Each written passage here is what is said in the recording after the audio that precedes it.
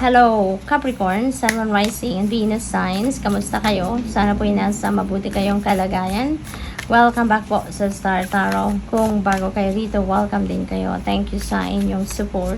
I truly appreciate it. God bless you all. Capricorn, we have the energy of the zebra. Let go of your fear and know that you are safe and protected at all times. Okay? So, wag na kayong matakot.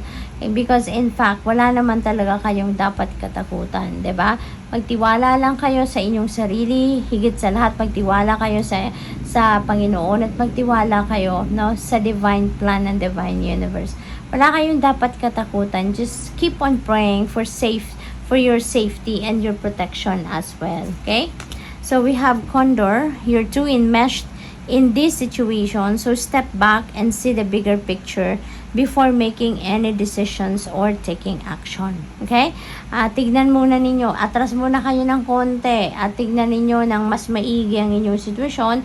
Use your eagle eye so that you'd be able to see all four corners of your situation, no? Para makita ninyo yung bigger picture ng inyong sitwasyon before you make any decision or before you take action. Okay? So what else? We have Gorilla. Take time to listen compassionately to those you love. Okay? Take time to listen compassionately to those you love, especially your family members. Kasi siguro, Capricorn, madalas kayo lang ang nagsasalita or madalas kayo lang yung pinapakinggan. Pero siguro at this time, meron din mga tao sa paligid ninyo, lalong-lalo na yung mga kapamilya ninyo na meron din gustong sabihin sa'yo. Meron din gustong iparinig sa'yo, no? At maaring pag dumadating ang mga sitwasyon na ganyan, maaring nababara ninyo or maaring napapatigil sila because of whatever. Kung siguro meron kayong hindi magandang reaction, no? So we have Hawaiian Owl, Pueo. Your ancestral spirit guides are offering you guidance now. So pay close attention to signs and omens from them. Alright? Kasi meron ditong mga pinapadala na sa inyong symbols, signs, and omens ang inyong ancestral spirit guides, and that is guidance para sa inyo. That is guidance kasi siguro kailangan ninyo ngayon ng gabay, ng clear direction, lalong-lalo na meron kayong mga importanteng desisyon na kailangang pagdesisyonan. Kaya ginagabayan kayo dito, no? What else? We have Wolverine. You're a lot tougher than you think you are. Ayan. So, hindi ninyo na-realize, Capricorn, na toughy cookie pala kayo. 'Di ba?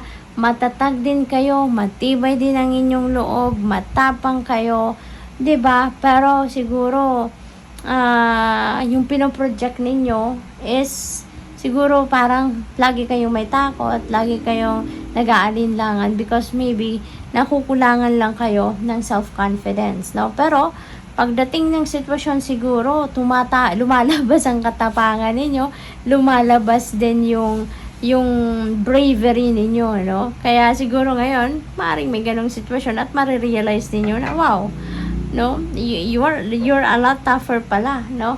Mas din pala ako, mas tougher din pala ako kaysa akala ko, no? So maaaring ganon ang realizations ng iba.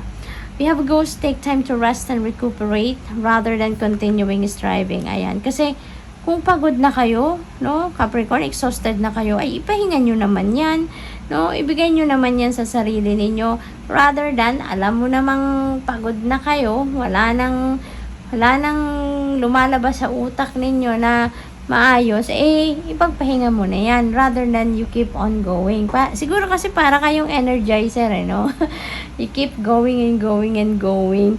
Kaya, this is an eye-opener para sa iyo na bigyan nyo naman ang inyong sarili ng oras para magpahinga at nang makapag-recuperate kayo. Kailangan din ninyo yan para din na makapag-unload kayo ng stress at makapag-reset kayo ng sarili ninyo, 'di ba?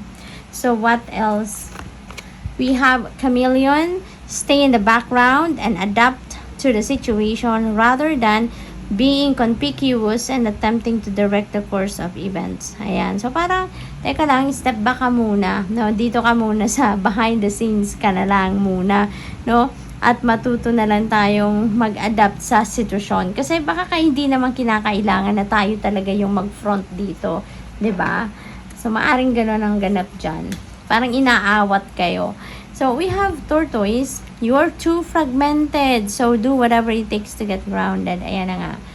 Kung pagod na, magpahinga na. Para makapag-concentrate kayo. Kasi maaari siguro, fragmented na kayo.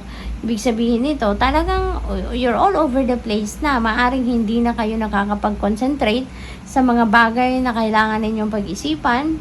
Maybe yung mga decisions ninyo hindi na ngayon efficient or effective, no? Kaya teka lang muna, step back muna kayo ng kahit saglit lang, magpahinga nang sa gayon ay makapag-replenish kayo ng lost energy ninyo, and at the same time, kasi pag nagra-rest ang body ninyo, sumasabay din ang isip, 'di ba? So with that, mas magiging mas magiging maganda ang resulta, magiging malinaw ang iyong kaisipan at mas muli or lalo mapapaganda yung mga gagawin ninyong desisyon. So good luck po. Thank you for watching. Love and light. Namaste.